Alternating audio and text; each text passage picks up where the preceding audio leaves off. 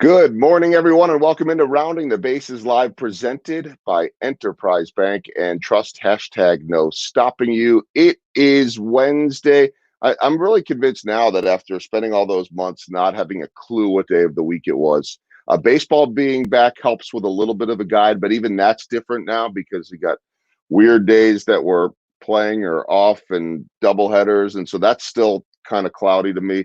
But this show sort of helps me and at one point, the numbers weren't aligned right, and then they realigned when I had that one day. I think back in I think it was July or June that I did 3 episodes in one day. That was just a triple header type of thing. But the intent was not to do this, but now it just lines up. So I know that 115 was on Monday, 116 was on Tuesday. Today is 117, and it is Wednesday. I'm energized minus the sleep. Energized because people ask me all the time after a tough loss. Boy, how do you do it?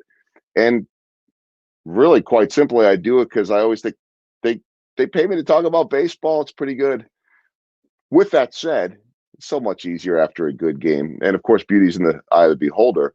2 nights ago, the Royals played an awful game against St. Louis. If I was on the other side with the Cardinal broadcasters and all those guys are my friends, well, they had plenty to talk about. We had nothing.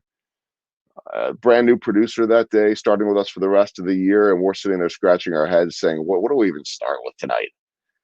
And last night we had an argument. It wasn't an argument. Our new producer, my co-host and analyst Jeff Montgomery, and me trying to figure out which part do we want to start with because it was such an amazing game, and so those are fun. And so it took me a little while to wind down last night, but I'm back here today. I've got a great guest, and today's guest, sort of the power of networking and the beauty of it and relationships is, and I don't know that he'll be watching right now, but I say a kid, we're all getting pretty old, but a guy that I went to junior high and high school with, probably one of my first friends when I moved from Philadelphia to Chicago in 1986, Dan Horowitz, introduced me, and we actually haven't spent a lot of time together in the last 30 years or whatever. We actually went to the same school too, University of Wisconsin. So junior high, high school, and college. And he introduced me to a guy that probably knows him better than I do now, an executive coach, a phenomenal podcast host, and someone that's in my hometown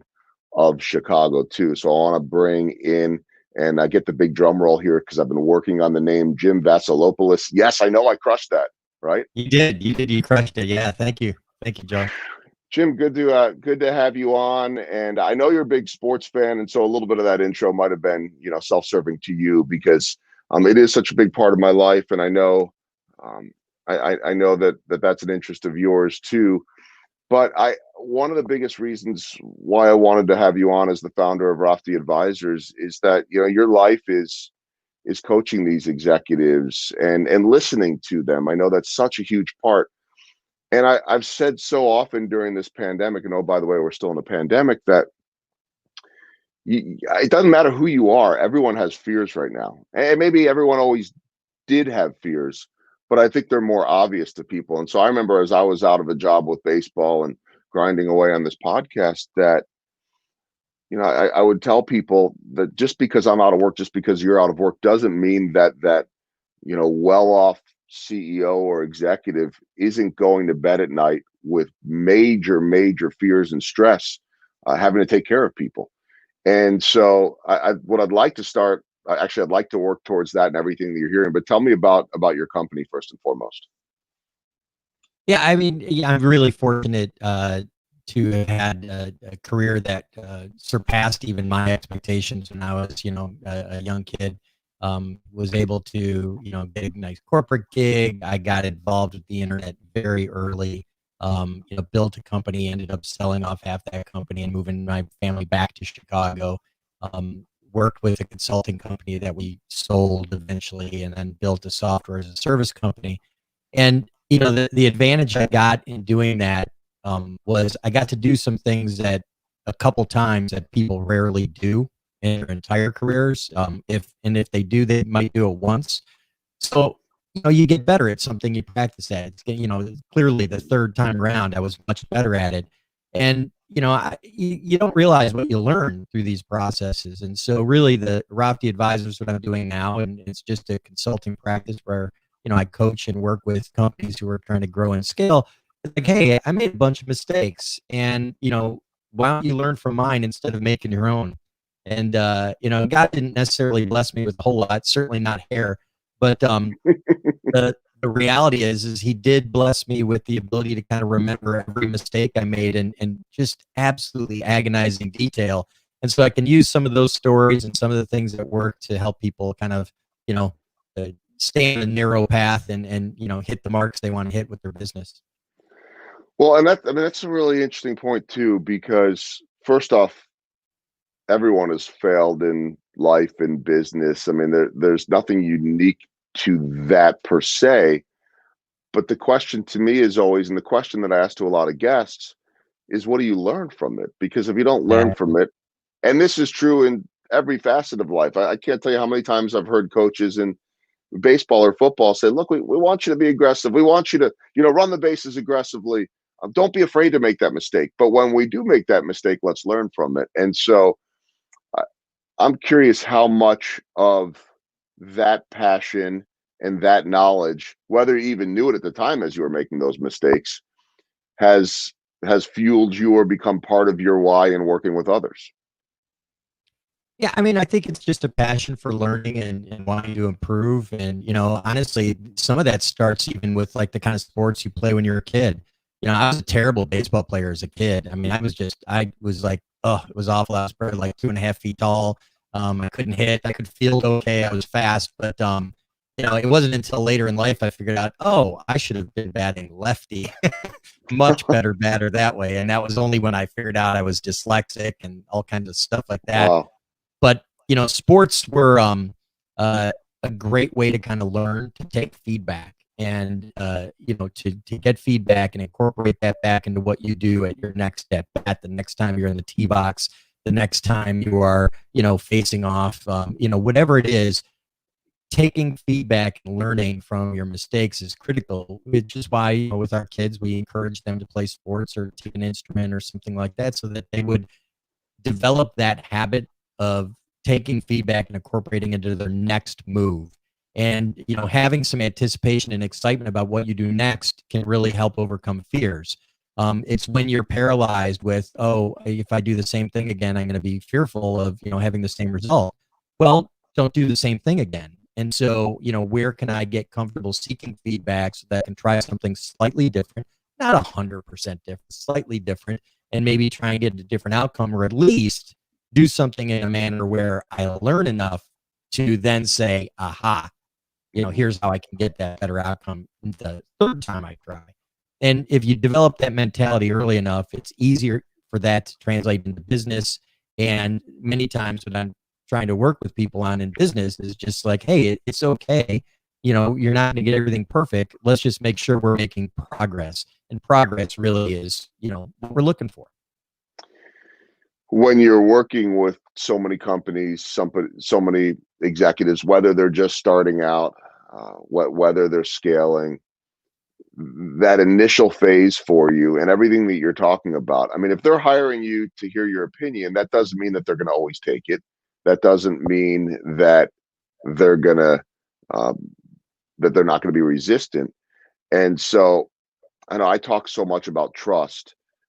For you, how important is that process of building that rapport? Or maybe it's something that you do in advance leading up to that business, but regardless, I know you can't just start on day one and everything is perfect. So what are some of your strategies, or how have you cultivated those relationships? Yeah, I mean, I think you mentioned an operative word, trust. Trust is essential in anything. And, it's, you've got trust in everything you do in life. You got trust when you put on your seatbelt. You've got trust when you do all kinds of different things in your daily life. The key in establishing trust is not to establish it when you need it, it's to establish it before you need it. And I think that is one of those things that's important. So if you ask me, and something I talk about with a lot of clients is there's a huge difference between what you transact on with your customers or your clients and what you sell. And so I might transact with someone on services, on sessions where I work with them, but I'm never selling that. I'm selling trust. I'm selling confidence. I'm selling all these other things. And so through the process of getting to know someone and through the sales process, that is what I'm selling. And that's what's already established before we even start. And if it doesn't get established, well, that's someone who is either not a fit for me, I'm not a fit for them. And, they might move on and find someone else. I mean, there are plenty of examples of, coaches that, were not successful with one team, or players that were not successful with one team, get traded to another team and then they're super successful. So it's all about in life finding the right fit with people and trying to establish that level of trust so that you can, be productive with, the people you're collaborating with. One of the most insightful comments that was ever made to me, and it's been about 2, 3 years now, came from the great Albert Pujols, who happened to pass Alex Rodriguez and now only has Hank Aaron above him in terms of all-time RBI. I don't really care if you like baseball or not. I don't mean you, but the audience right now, everybody knows the name Hank Aaron. Mm-hmm. And so here's Albert Pujols second. And he said to me, and Albert, I've got a great relationship with Albert. It took many, many years to get there. I talk about this to groups a lot because I'd kind of given up on it. It took me 7 years to build a relationship. But what he said to me is, everybody wants something from me, but once I trust you, I'll do anything for you. Mm-hmm. And I've thought about that a lot, just in terms of some of these high level executives that are getting pulled in a million directions. And you and I were talking before we went on, not that I'm that guy, but the more you put yourself out there, the busier you are, the more you have going on, the more you start getting pulled in different directions. It's sort of it's a confirmation that what you're doing is working, but now suddenly you're getting grabbed in so many directions, and no, at least for me, becomes difficult. And so I'm curious your take on just the fact that that trust, which you talked about, is so important, because oftentimes many of the people you're dealing with are in high demand. Yeah, it's trying to manage your time when you've got a lot of people coming at you is a really tough thing. And yeah, I say a lot of times people are coming at you and they want you to solve problems. And it's not that you can't solve problems, but they're trying to get a monkey off their back in some ways. And what you can do is you can still be kind and talk with people and help people, but don't pick up the monkey. Don't put them on your back. It's not your problem. It's their problem. What you can do is help them with the monkey. You can, describe how maybe here's ways you can go about dealing with this. But I think the mistake we make where we get overloaded is we say, oh, let that monkey jump on my back. I'm good with that, and then you're not really helping anyone. It's kind of like saying, if you had, a kid that you're trying to teach how to hit a curveball and they're like getting in the batter's box and they can't hit anything, you say, well, step aside, I'll go in and hit it for you. Are you really helping that kid? No. You got to help them learn how to hit the curveball on their own. And I think that's really where there's a delicate line between advising and coaching. And then really a lot of people just cross the line full on into just, I'll do it for you. And that's really a dangerous line to cross. I think, coaching is one where it's like you ask a lot of questions, you help people think through their own problem, which is great. Sometimes I find it necessary. The reason why I call my company Rafty Advisors, to go that extra step and just say, we could talk about this all day, but please don't do that. Here's the thing you should be doing right now, because, time is of the essence. And, in that case, I think there's different levels of help you can give people, and being a little bit disciplined on your end when you're in demand is kind of, helpful. But whatever you do, don't let that monkey crawl on your back, because then you're not helping anyone. I think there's a good point here too. And, one, and I'm just thinking about it even in my terms, is that if no could be tough to say, and I think we all know and learn that no could feel pretty good afterwards when you realize what you have gained back or not given away. But really just to say, it's not fair for me to say yes to you, because this isn't something that I'm going to be able to commit to. And almost flipping around the other way of saying that I'm not going to do you any good here by saying yes to this. And so, that's certainly a thought that goes into my head too. I've got the web address up right now, Rafty Advisors. So tell me about when you formed the company and just sort of how it's grown in these recent years. And you've talked about why you enjoy the role that you have, but tell me about your own company's growth.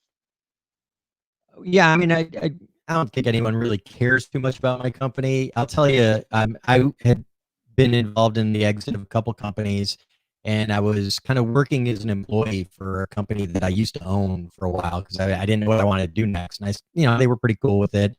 And I had a lot of client relationships, was still selling a lot of business for them.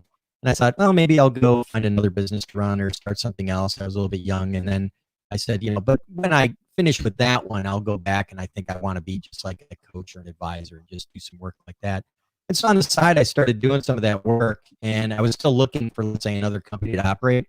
And then, one of my friends, kind of like had that moment where he's like, you're trying to find this other thing, but you're doing all this other work as an advisor. Why don't you just jump straight to that last thing and forget about that next, company to run? And I was like, oh yeah, I should have seen that. And then I just kind of jumped in full bore, and it's been a load of fun. And it really, going back to kind of the last question you were asking and talking about, there's a great piece of advice I got years ago from a good friend, Frank. Only do what only you can do. And I know he didn't make that up, but I mean, he passed it on to me, and it was really like, wow, I should probably practice that more. That helped me with a lot of delegation issues. That helped me with a lot of prioritization issues and where I should spend my time and where I should focus. And, thankfully, it's backed up by a bunch of science and a bunch of other people. But there's a guy who wrote a great book called Essentialism, Greg McKeown. And a lot of people love that. And when you're trying to figure out like what to do or what not to do, make sure if you're going to do something, it's not just this is a yes, this is a hell yes. It's like, those are the things you say yes to, that it's like, this is clear, it's in my strike zone, I'm passionate, I want to do this. Other things, it's not that they shouldn't get done, but perhaps are a hell yes for someone else. And expand the number of no's. And it's not that saying no is bad, but really be careful on what you decide to spend your time on, because time is the only thing we really have that's like cannot be graded. I can't find more time, and that's just to be guarded carefully. So along with Rofty Advisors, you've got the leadership podcast. That's obviously time very well spent with what you guys are cranking out. Actually, I want to go back because I sort of teased this at the start in my introduction with you, but let me finish up with some of your Rofty Advisors work. What are you, in general, what are you hearing from some of your executives and some of your clients in terms of just their mood right now, and how much has that changed in recent months? Yeah, I think the mood is generally upbeat. I'm not seeing a lot of people that are, like, oh my gosh, this is awful. Even with, one of my larger clients whose half their business was airlines and hotels and things like that, yet they've seen pickups in other parts of their business, and it's been very encouraging. And so most people, even manufacturers I have that like import product from China, they're finding creative ways to manufacture things here because, if you're creative enough and you're open-minded enough, you can find opportunities where someone else's pain can satisfy your need, and now you can both thrive together. But it really requires you to stop lamenting about like how this whole thing has affected me, and really broaden your horizon, getting out of the box a little bit and saying, how has this affected other people, and where are there common opportunities? Because, anytime something affects a lot of people, that means there's opportunity. And how can we capitalize on that? And the people who are willing to kind of take that step out of the box and think, and sometimes that's what a guy like me helps you do, is, there are opportunities out there. And if you're cautious and you're smart about it, you can find them and use them to, buff it and augment your business in ways you never thought you could. The other factor here, and I'd really stress this, is like, we spend so much of our time, let's say pre-pandemic, going, oh my gosh, it's so hard to get people to do something different or to change their business or change this or change that. And like, we're trying to convince people to do stuff. There has never, ever been a better time worldwide, at least in my lifetime, to get people to consider change and to think about change. So if there was a time you wanted to do something, like, seize the moment, because people are so open to change because they're amidst so much that is forced upon them. And so these are great opportunities. And a lot of times the best opportunities to grow your business is not when the tide is high, but it's when it recedes out and you can see more of the beach and you can see more of the shells. And there's so much more opportunity during actually these recessions and during these downtimes, because everything's exposed, and that's what you need to be looking for instead of like, oh, what was me? This, it's not working out the way I thought. Those are counterproductive thoughts. I say it all the time to people that you can't wait for this to be over. First off, we don't know when it's going to be over. That's not tomorrow. Second of all, if you're going to wait, people are going to pass you by. And last point to what you just said, maybe not everyone, but change right now is so acceptable. And I'll use the examples of baseball right now. Yes, there are people that aren't happy with starting a runner at second base in extra innings. How dare they do that? This is our sacred game and tradition. I'll give you this one. The new Royals manager, Mike Matheny, made a comment a few weeks ago to us. He said, we will not be hemmed in by tradition unless there's a why. And, baseball has just always done things the same way. Well, why do you do it? Because this is the way we do it. And it almost feels like they have this license right now, whether you like that rule in extra innings, which I, by the way, do. And full disclosure, well, it's not really a disclosure. People assume that I like it because I just want to get home or back to the hotel from work. No, I think it's more exciting baseball than the slop that goes out there in the 15th inning when nobody's left to play a game that people pay money to and people are going home and going to bed. Why not make it interesting? Doesn't matter whether you like it or not. They have this license right now to change. And I think that's exactly what you're saying across the board. There's never been a more acceptable time to try things. And it certainly beats sitting and waiting for something that I don't think we're going to go back to the way things were anyway. Yeah. Yeah. And I think, so many of the things we're seeing are getting back to this concept of time. We have a world where we put a premium on time. It's so imperative.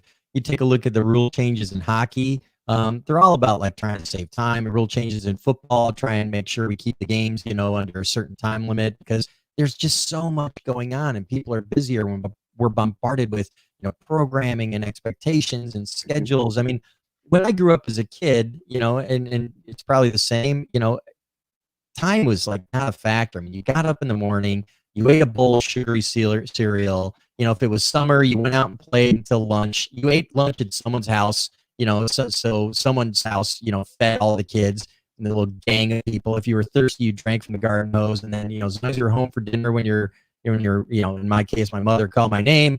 And then, you go out and play until the street lights go off.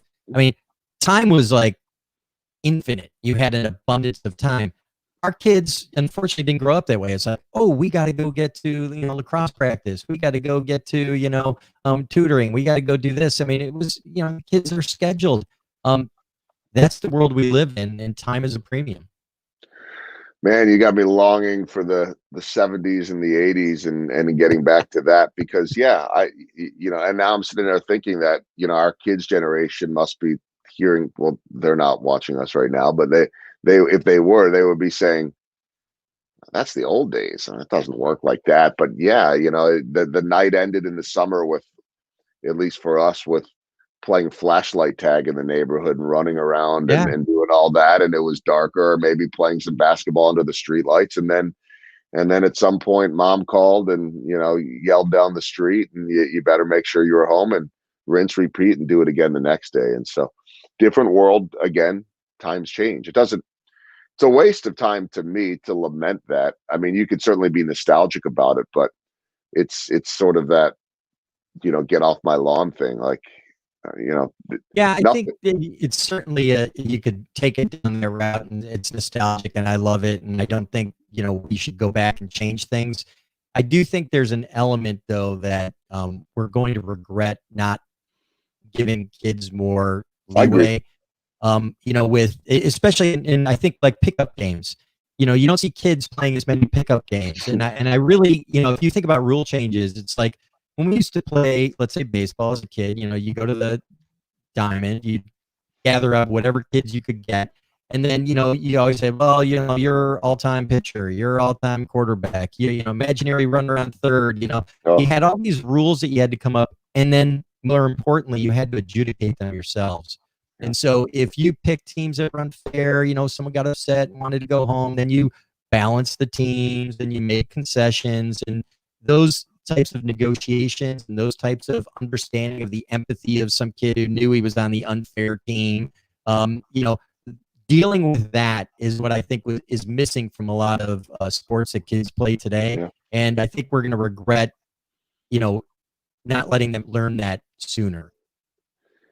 It's a great point. And again, the nostalgia flying. I'm picturing the one-on-one wiffle ball games in the backyard, and if it went to here, it was a foul ball because there wasn't a line because the house was in the way, and if it landed in the tomato garden, it was a ground rule double, and if it went over the fence, well, there was a stretch where Mrs. Woodworth next door. This is when we lived outside of Philadelphia. Didn't like the fact that her sons weren't being invited to play with us. They weren't interested, but she wanted them to play with us. So she ruled that any ball that went over the fence into her yard was an automatic out. But you can't tell a kid trying to swing for the fences that it's an out. So we would do like Yeah. silent run around the bases for that. That doesn't happen anymore. It just doesn't, right? So you took me down a trip down memory lane there for a moment. All right, let's talk about the Leadership Podcast, because you've been at that for, I believe, about 4 years. Yeah. Some phenomenal guests. I don't know, like many people, if you ever envisioned that you would have the modern days version of a radio show. Maybe you did, maybe you didn't. But tell me about the Leadership Podcast and why you love that so much. Yeah, I mean, it's it's not a business endeavor. It's just like it's a personal endeavor. The guy who I do the podcast with, Jan Rutherford, great friend of mine, former Green Beret. We got to know each other through networking. Once again, a good friend of mine, Mark Rangel, introduced us. And he approached me one day. He's like, "Hey, do you want to do a podcast together?" And he'd been approaching me about some other business opportunities, and I was like, that part of my life is over. I don't want to do that anymore. But thank you for asking. Then one day he asked apologetically, like, "Don't say no, don't say no, just hear me out." And he said, "Let's do a podcast on leadership together." And I was like, "Oh, that sounds like fun." And I said yes, but he didn't hear the yes because he had already pre-planned for the no. So he was like going in to close me again. I'm like, "No, dude, let's do it." And the idea is let's just talk to smart people that we like in our network and interview them. And I thought, wow, that sounds like fun. I do that anyways. Why not record it? And we started off with people we knew, and thankfully we knew some people who were had impressive backgrounds, and then little by little we got more exposure, and then publishers of books started contacting us and saying, "Hey, we'd like to get our authors on your podcast." And then now a couple publishers like sent us their lists, and we'll probably be getting some in November, December, and say, "Here are all the people we're doing books for next year. Who do you want?"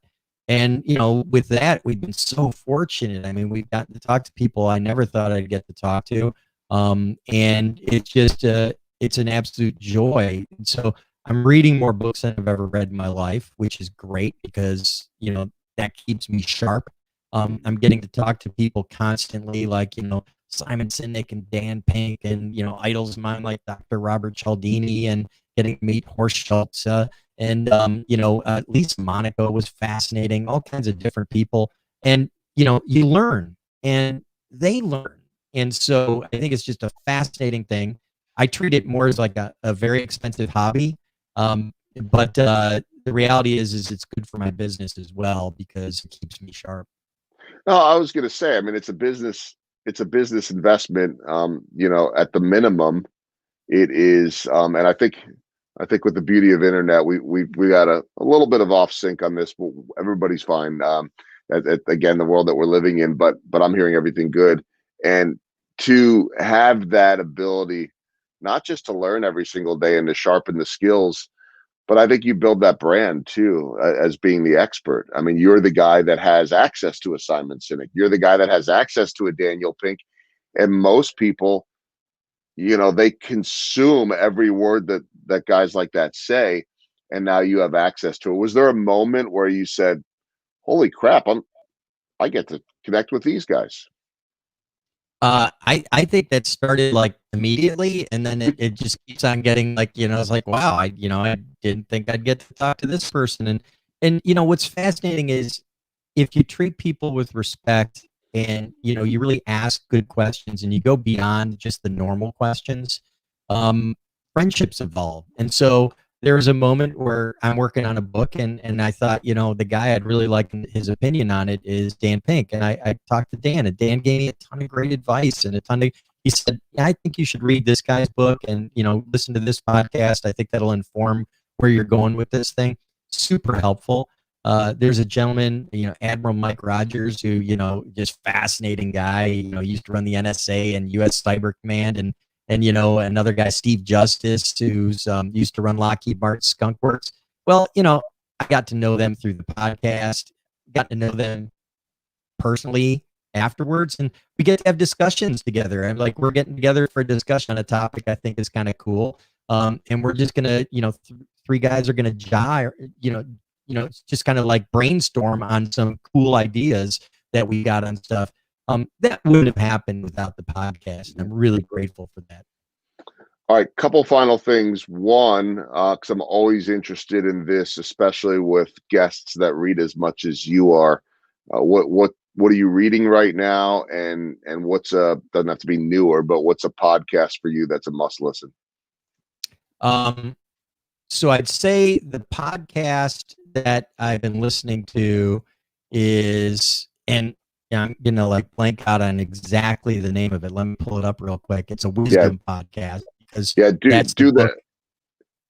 Yeah, I'll let you look it up because I'm the same way. I know what I'm listening to, but I can't remember the exact name unless it's sitting in my queue or right in front of me. So, Yeah, so I'll let you find that one.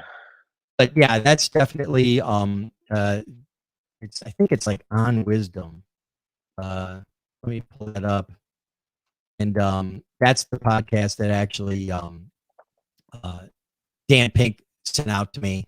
And then the book, there are a couple books by Jonathan Haidt that he's written recently, or not recently, but I guess but Jonathan Haidt's the author.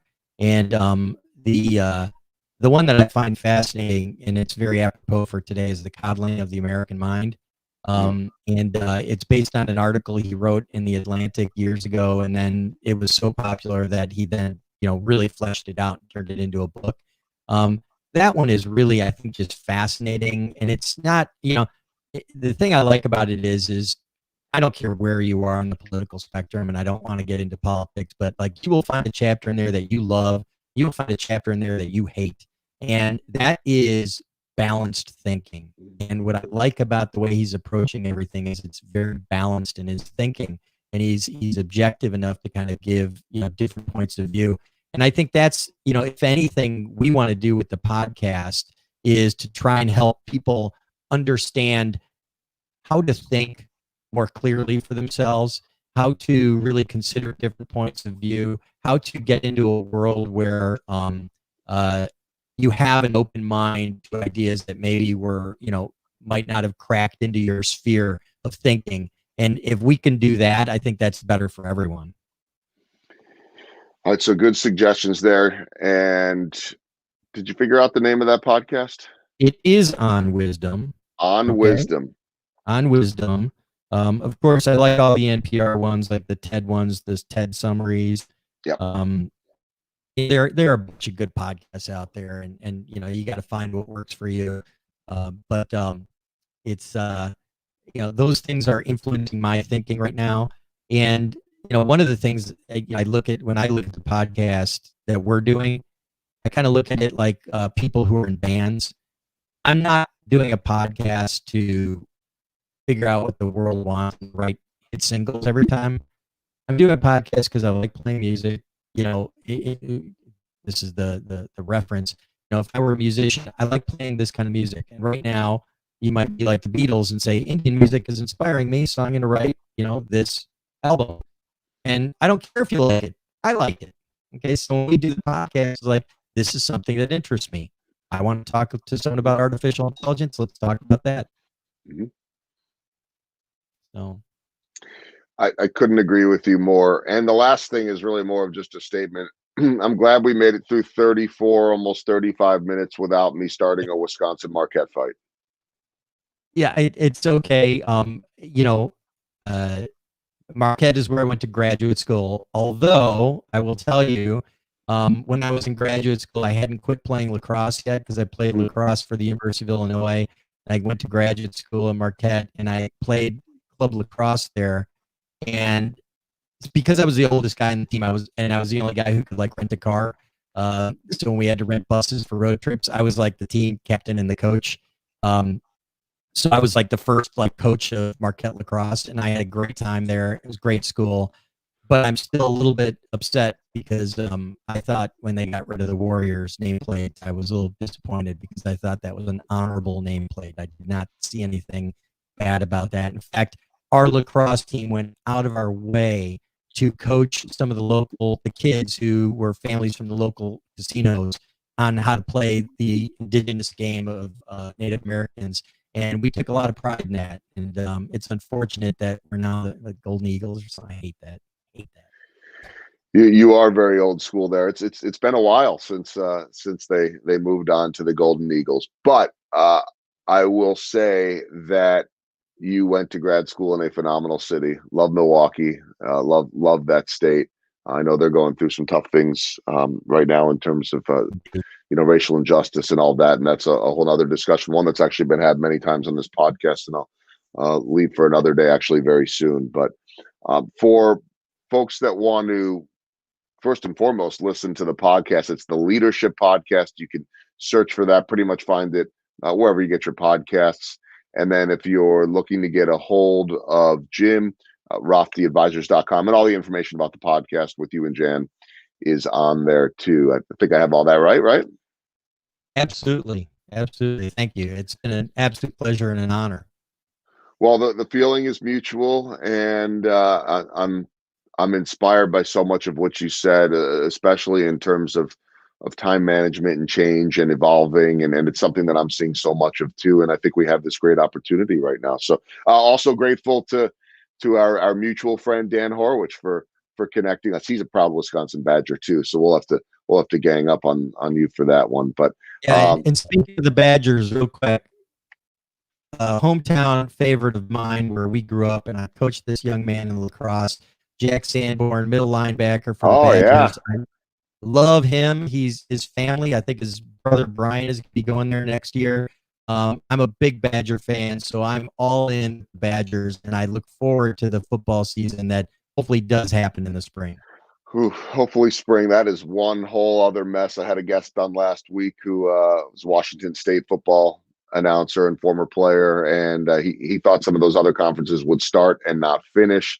Pac-12, Big Ten. Hopefully, we see it in the spring. That also is another discussion for another day. That we'll see how it plays out. But for all of us that love sports, like you do, like I do, we see it right now with baseball, hockey, Yeah. basketball. How good it is to see it all back. Hopefully, football will make it. Who knows? Jim Vasilopoulos. I was okay. Jim Vaselopulous. See, I got it right. You nailed it. That's awesome. Thank you. Little practice over and over again. RothTheAdvisors.com. Jim, hang tight for a second. Appreciate the time today. Thank you. Thank you. It's been a All right. pleasure. Good to visit with Jim, and it's really doing some awesome things. I would highly recommend that you check out that podcast too. Very thought provoking, really cool topics. So hope you'll take a look or a listen, I should say, into that.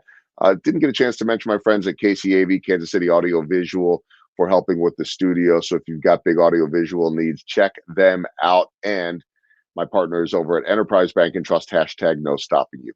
Have a great Wednesday, everybody. Hope to see you back here tomorrow on Rounding the Bases Live. My name is Joel Goldberg. See you tomorrow.